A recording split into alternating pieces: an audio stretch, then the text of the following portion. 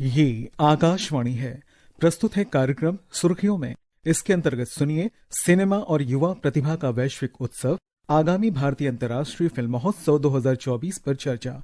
इसमें भाग ले रहे हैं फिल्म समीक्षक मुर्तजा अली खान। कार्यक्रम का संचालन कर रहे हैं अमरीश सक्सेना। गोवा में अंतर्राष्ट्रीय भारतीय फिल्म समारोह इफी 2024 शुरू हो रहा है इस महीने की 20 तारीख से, और दुनिया भर के फिल्म मेकर्स वहां पर जमा हो रहे हैं। और ये भारत की सिनेमा को शोकेस करने वाला, दुनिया के सिनेमा को शोकेस करने वाला बहुत ही बड़ा फेस्टिवल बन के उभरा है। इस विषय पर चर्चा करने के लिए आज हमारे साथ मौजूद हैं प्रसिद्ध फिल्म समीक्षक मुर्तजा अली खान। मुर्तजा जी, कार्यक्रम में आपका स्वागत है। बहुत बहुत धन्यवाद। आकाशवाणी के दिल्ली स्थित संवाददाता अनुपम मिश्र की रिपोर्ट सुनते हैं गोवा इफी 2024 के बारे में।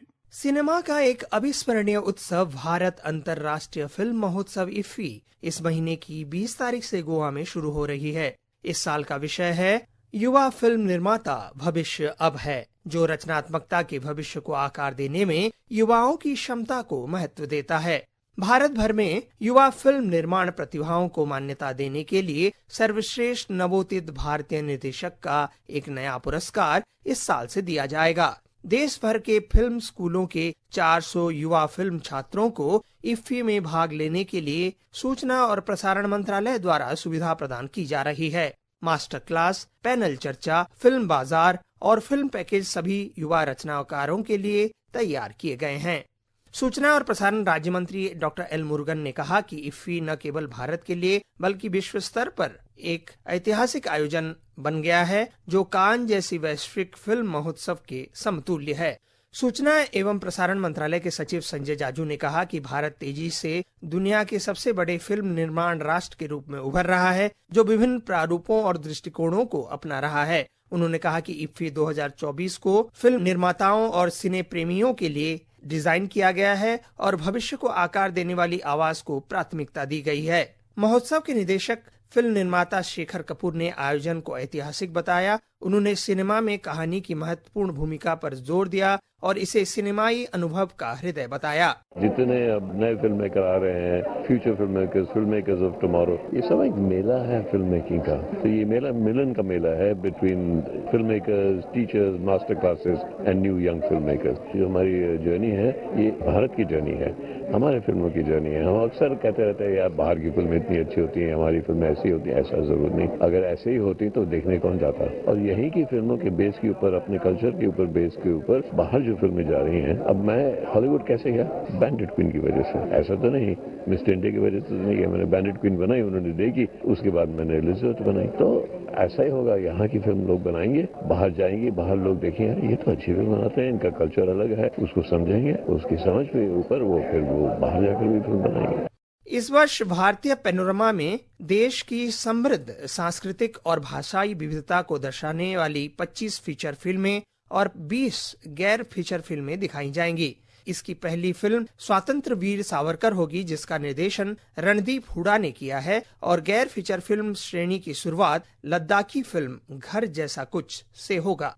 मुर्तजा, तो जैसा कि गोवा में film festival, IFFI film festival शुरू हो रहा है, जिसकी जोर शोर से तैयारियां हो रही हैं, आप हमारे श्रोताओं को कृपया ये जानकारी दें कि इस वर्ष क्या क्या ऐसी चीजें हैं जो अलग हैं, भिन्न हैं और अच्छे स्तर पर आयोजित की जा रही है। देखिए, सिनेमा का महाकुंभ है और इफी एक वो वक्त है साल का कि जब सारे सिनेमा प्रेमी गोवा आते हैं और अपने फेवरेट स्टार से मिलते हैं, अपने फेवरेट फिल्म मेकर से मिलते हैं, अपने फेवरेट फिल्म्स देखते हैं, एक दूसरे से मिलते हैं, आपस में सिनेमा को लेकर चर्चा होती है, विमर्श होता है, मास्टर क्लासेस अटेंड करते हैं, इन कन्वर्सेशंस देखते हैं। तो मैं खुद बतौर एक फिल्म क्रिटिक होने से पहले ही मैं गोवा फिल्म फेस्टिवल से जुड़ा था। मैं अक्सर गोवा जाता था जब भी मुझे मौका मिल पाता था, स्कूल के दौरान भी और उसके बाद भी, और मैंने अक्सर कोशिश करी है कि मैं जाऊं और इसको आनंद उठाऊं इसका, और इससे मुझे बहुत कुछ सीखने को मिला। तो मुझे लगता है कि जो युवा हैं उनके लिए तो एक बहुत ही जरूरी पोडियम है, मंच है, जहां पे उनको जाना चाहिए, क्योंकि वो देखते भी हैं और समझते भी हैं कि सिनेमा क्या है और सिनेमा की क्या शक्ति है, सिनेमा की क्या कैपेबिलिटीज हैं। इस साल की अगर बात करें तो फोकस भी युवाओं पर है। Young film makers, the future is here इस बार की थीम है। तो आप जानते ही हैं कि युवा जो हैं वही फ्यूचर हैं। तो जैसा आपने कहा कि यूथ या युवा ही इस बार का फोकस है, तो जब हम यूथ पे फोकस की बात करते हैं तो क्या यूथ फिल्म मेकर्स को प्रमोट करने के लिए या उनकी फिल्मों को प्रमोट करने के लिए या जो नए निर्देशक हैं उनकी बनाई हुई फिल्मों को प्रोत्साहन देने के लिए क्या कुछ खास योजनाएं हैं? बिल्कुल, सबसे खास चीज तो ये है कि इस बार एक डेब्यू डायरेक्टर्स का सेगमेंट स्टार्ट हुआ है, जिसमें कि डेब्यू डायरेक्टर्स को मौका मिलेगा अपना जो बेस्ट है वो दिखाने का, और उनमें से जो सबसे अच्छी फिल्म है उसको पुरस्कार मिलेगा। तो ये एक बहुत जबरदस्त मैं कहूंगा इनिशिएटिव है, क्योंकि युवाओं को अपनी जो हुनर है वो दिखाने का मौका इतने बड़े प्लेटफॉर्म पे जब मिलेगा तो उनके अंदर कॉन्फिडेंस आएगा। उसके साथ साथ जो इसकी क्यूरेशन भी है इस साल की, वो देखेंगे तो आप पूरी की पूरी जो है वो युवाओं को ध्यान में रख के करी गई है। चाहे हम इंडियन पैनोरामा में फिल्म्स देंगे तो हमें काफी स्ट्रॉन्ग एक यूथ अपील दिख रही है। अगर हम इंटरनेशनल स्पेस की बात भी करें तो वहां पे भी हमें एक बहुत ही यूथ सेंट्रिक अपील दिख रही है। और मैं सिर्फ फिल्मों की क्यों बात करूं, मैं मास्टर क्लासेस की बात करूं, एक फिएस्टा जो स्टार्ट हो रहा है इस बार, वो भी यूथ को लेके टारगेटेड है। बाजार जो है वो भी इस बार नेक्स्ट लेवल पे लेके जा रहा है चीजों को। आपको प्रोमेनेड जो सी का एरिया है वहां पे आपको बहुत कमाल की एग्जीबिशन स्टॉल्स देखने को मिलेंगे, दुनिया जहान से आपको पार्टिसिपेशन दिखेगी, और सच में ही एक मेला या महाकुंभ कहा जा सकता है इफी को। और इस साल वो अपनी जो प्रॉमिस है आई थिंक उसको एक नए आयाम पे लेके जा रहा है। जी मुर्तजा जी, जैसे आपने जिक्र किया फिल्म बाजार का, तो फिल्म बाजार निश्चित रूप से एक बहुत ही महत्वपूर्ण प्लेटफॉर्म है फिल्म मेकर्स को, फिल्म प्रोड्यूसर्स को उनके मिलने का और आपस में बात करने का और भविष्य की योजनाएं बनाने का और नई फिल्में बनाने का। इस दृष्टि से इस बार के फिल्म बाजार में क्या खास बात है? देखिए, फिल्म बाजार की जो हिस्ट्री है वो बहुत कमाल की है कि इसने कुछ सालों में अपने आप को साउथ एशिया का सबसे इम्पोर्टेंट जो फिल्म मार्केट है उस तौर पे अपने आप को स्टैब्लिश किया, और यहाँ से बहुत कमाल कमाल की फिल्में निकली हैं। लंच बॉक्स आई थिंक सबसे बेहतरीन उदाहरण है कि कितनी सफल रही है फिल्म बाजार नई तरह की फिल्मों को पटल पे लाने के तौर पर। तो यहाँ पे इस बार हमें आपको दोबारा से जो को प्रोडक्शन स्पेस है उसमें बहुत कुछ आपको नया देखने को मिल रहा है। रीजनल लैंग्वेजेस पे फोकस है, वेब सीरीज पे फोकस है, डॉक्यूमेंट्रीज नॉन फिक्शन पे फोकस है। तो ये बहुत इंपॉर्टेंट चीज है। यूजुअली जब हम बात करते थे बाजार की तो हमारा ज्यादातर फोकस जो रहता था फीचर फिल्म्स पे रहता था, पर अब हमारा फोकस जो है और ज्यादा उसका दायरा बढ़ रहा है, हम नॉन फिक्शन को भी इंक्लूड कर रहे हैं। तो बहुत कमाल कमाल के यहाँ पे जो नॉलेज सीरीज होती है उसमें बहुत इंटरेस्टिंग डिस्कशंस होती हैं, नेशनल इंटरनेशनल। इनफैक्ट जो माशदू फिल्म है कान की, जो मशहूर फिल्म मार्केट है, उसके भी फॉर्मर डायरेक्टर इस बार खास तौर पे बुलाए जा रहे हैं, उनको आमंत्रित किया जा रहा है। और फिल्म बाजार में भी आपको बहुत कमाल कमाल की फिल्में देखने को मिलती हैं। अब ये फिल्में वो फिल्में हैं जो शायद अभी पूरी तरह से तैयार नहीं हुई हैं। तो व्यूइंग रूम नाम की एक चीज होती है जिसके अंदर आप जाके देख सकते हैं कि अच्छा ये फिल्म अगर 50% कंप्लीट हो गई है या शायद पूरी कंप्लीट हो गई है पर उसका साउंड अभी अधूरा है, तो बहुत सारे जो प्रोस्पेक्टर्स हैं, बायर्स हैं, उस फिल्म को जो बजट जो जरूरत है उसको पूरा करने में उसमें वो मदद करते हैं, और जो फिल्म इनकम्प्लीट थी उसको कंप्लीट करने में मदद करते हैं। आइडिएशन के लेवल पे भी बहुत कमाल का है। लोग अपने आइडियाज लेके आते हैं, स्क्रिप्ट्स लेके आते हैं, और उनको प्रोड्यूसर्स मिल जाते हैं, प्रोस्पेक्टर्स मिल जाते हैं, बायर्स मिल जाते हैं। तो मैं कहूंगा कि सबसे बड़ी जो सफलता है गोवा फिल्म फेस्टिवल की, अगर मैं पिछले दशक की बात करूं तो जो ये केस स्टडी दिखी है मैं फिल्म बाजार की, और जो इसकी सफलता दिखी है कि साउथ एशिया में सबसे बड़ा फिल्म मार्केट बन के उभरा है, आई थिंक ये सबसे ज्यादा मुझे खुशी देता है। मुर्तजा जी, जैसे आपने जिक्र किया कांस फिल्म फेस्टिवल का, इसी तरह से दुनिया के और भी जो बड़े फिल्म फेस्टिवल हैं, चाहे हम टोरंटो की एग्जांपल लें, कांस की लें, तो ये जो फिल्म फेस्टिवल है और हमारा जो इफी समारोह है, इफी फिल्म फेस्टिवल है, इनके बीच में किस तरह का तालमेल है, औपचारिक या अनौपचारिक स्तर पर? देखिए, दुनिया की जो 14 सबसे महत्वपूर्ण फिल्म फेस्टिवल्स हैं उसमें इफी का भी शुमार है। अब इन 14 जो फिल्म फेस्टिवल्स हैं ये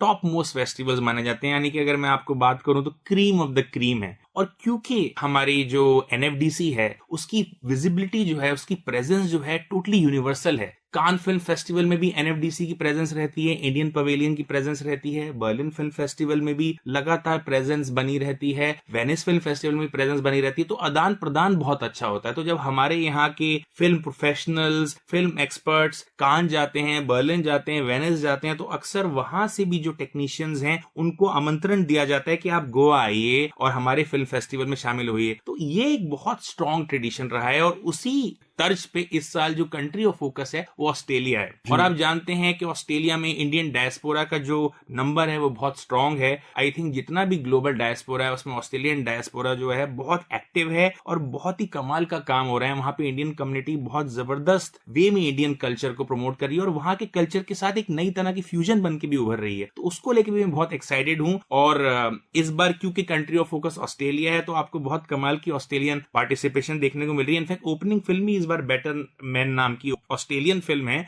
जो रॉबी विलियम्स की लाइफ पे बेस्ड है। और इसमें कमाल की बात यह है कि आपको एक बहुत ही एक्स्ट्राऑर्डिनरी और larger than life motion capture performance आपको देखने को मिलेगी। तो इंडियन सिनेमा में तो जो आपको बेस्ट देखने को मिलता है वो तो इंडियन पैनोरमा सेक्शन में आपको देखने को मिलेगा ही। 25 फीचर फिल्म्स और 20 non feature film best of Indian cinema आपको देखने को मिल ही रहा है। लेकिन साथ ही साथ आपको वर्ल्ड सिनेमा का भी बेस्ट देखने को मिल रहा है। 180 फिल्म्स फ्रॉम 101 कंट्रीज, जो स्टैगरिंग है। अभी तक किसी भी इफी के एडिशन में इस तरह की पार्टिसिपेशन हमें देखने को नहीं मिली है। फिल्म समारोह इफी 2024 की तैयारियों के बारे में और अधिक जानकारी लेने के लिए आइए चलते हैं आकाशवाणी संवाददाता दीक्षा सक्सेना के पास। गोवा हर साल की तरह भारत के अंतर्राष्ट्रीय फिल्म महोत्सव इफ्फी के 55वें संस्करण के जश्न में डूबा हुआ है। यह महोत्सव 2004 से लगातार गोवा में आयोजित हो रहा है।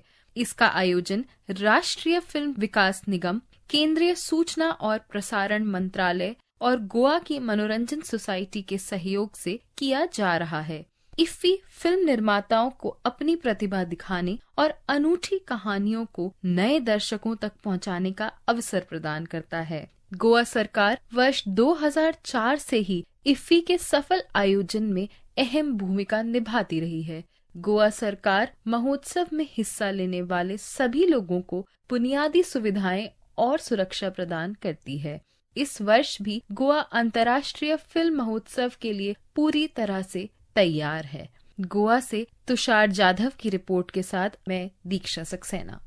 मुर्तजा, अगर हम देखें जिस तरह से फिल्म फेस्टिवल को आयोजित किया जा रहा है इस बार, जैसे शेखर कपूर जी को उसका फिल्म समारोह का निदेशक बनाया गया है और ज्यादा से ज्यादा जो पार्टिसिपेशन फिल्म के इंडस्ट्री के लोगों का है, ये किस तरह से आप देखते हैं भिन्न है, डिफरेंट है जो पिछले इफी के समारोह हो रहे थे उनसे? देखिए, पिछले मैंने 5-10 साल में एक चीज देखी है जो काफी हद तक मोदी जी के विजन के हिसाब से ही आगे बढ़ी है कि इंडस्ट्री की पार्टिसिपेशन बहुत ज्यादा बढ़ गई है इफी में। अगर हम पिछले इफियों की बात करें, अगर 10 साल पीछे जाएं या उससे भी पीछे जाएं, तो अक्सर हमें देखने को मिलता था कि ब्यूरोक्रेसी और पॉलिटिकल कंट्रोल ज्यादा देखने को मिलता था। पर अब ट्रूली डेमोक्रेटाइज हो गया है और ये शेखर कपूर ने भी कहा कि अब फिल्म के लोग ही एक फिल्म फेस्टिवल को चला रहे हैं और इसीलिए आपको इतने कमाल कमाल के फ्लेवर्स देखने को मिल रहे हैं। वीएफएक्स की बात करें तो इफी ऐसी जगह है जहां पे कटिंग एज चीजें देखने को मिल रही हैं। टेक्नोलॉजी की बात करें तो दुनिया जहान के बेस्ट टेक्नीशियंस मास्टर क्लासेस दे रहे हैं। सिनेमा के अगर हम क्लासिक स्पेस की बात करें तो आपको कमाल कमाल के रेट्रोस्पेक्टिव देखने को मिल रहे हैं। 4 बड़े रेट्रोस्पेक्टिव इस बार आपको देखने को मिल रहे हैं, जिसमें के मुख्य है मोहम्मद रफी पे रेट्रोस्पेक्टिव, दूसरा रेट्रोस्पेक्टिव है राज कपूर पे रेट्रोस्पेक्टिव, तपन सिन्हा पे रेट्रोस्पेक्टिव और अकिनीनी नागेश्वर राव जी जो लेजेंड हैं उन पे भी रेट्रोस्पेक्टिव है। तो ये चीज तो कमाल की है ही, लेकिन साथ ही साथ जो इंटरनेशनल सेगमेंट है जो उसमें जो आपको सिनेमा देखने को मिलेगा वो आपके लिए एक विंडो होगा यूरोप के लिए, अमेरिका के लिए, एशिया जो फार ईस्ट है उसके लिए। और इसीलिए जो इफी का जो एक प्रचलन है, जो एक ट्रेंड सेट किया है इफी ने, इस सिनेमा का जो कल्चर है वो हमारे डीएनए का जो पार्ट हमेशा से रहा है। हम कहते हैं कि सिनेमा और क्रिकेट भारतवासियों के लिए सबसे प्रिय है। आई थिंक इफी जो है उसमें सच में ही आइसिंग ऑन द केक का काम करता है। हर साल ये एक एसेंशियल इवेंट होता है जिसको आपको जरूर अटेंड करना चाहिए। जी, निश्चित रूप से आपने बिल्कुल सही कहा कि इस बार का जो फिल्म समारोह है वो काफी समावेशी होगा। भारत से लेके ऑस्ट्रेलिया तक, और तपन सिन्हा से लेकर राज कपूर और आज की फिल्मों की बात करें तो पिछले 50, 60, 70 साल के इस दौर में तो आज का जो 20 साल का युवा है उसके लिए भी कुछ होगा, और जो 70 साल का व्यक्ति है उसके लिए भी इस समारोह में बहुत कुछ होगा। आपने इतनी बहुमूल्य जानकारी हमारे श्रोताओं को दी, इसके लिए आपका बहुत बहुत धन्यवाद। बहुत बहुत धन्यवाद। अभी आप सुन रहे थे सिनेमा और युवा प्रतिभा का वैश्विक उत्सव आगामी भारतीय अंतर्राष्ट्रीय फिल्म महोत्सव 2024 पर चर्चा। इसमें भाग ले रहे थे फिल्म समीक्षक मुर्तजा अली खान। कार्यक्रम का संचालन कर रहे थे अमरीश सक्सेना। ये कार्यक्रम आकाशवाणी के समाचार सेवा प्रभाग द्वारा प्रस्तुत किया गया।